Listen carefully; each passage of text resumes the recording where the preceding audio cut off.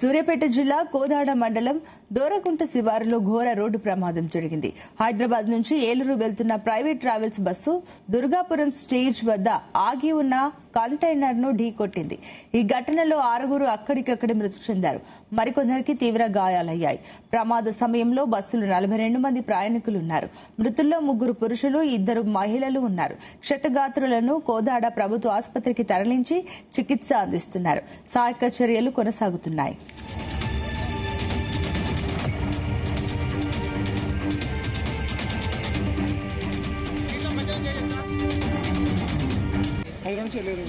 ఎన్ని గంటల ప్రాంతంలో జరిగిందండి?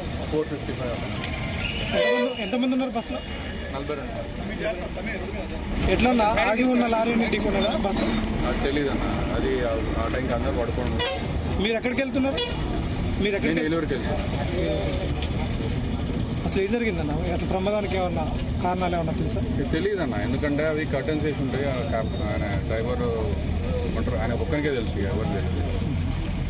ముందు మాకేం కనబడదు. మీరు బస్సులో ఉన్నారా? బస్సులో మీకేమన్నా దెబ్బలు లేదు, గాయాలు?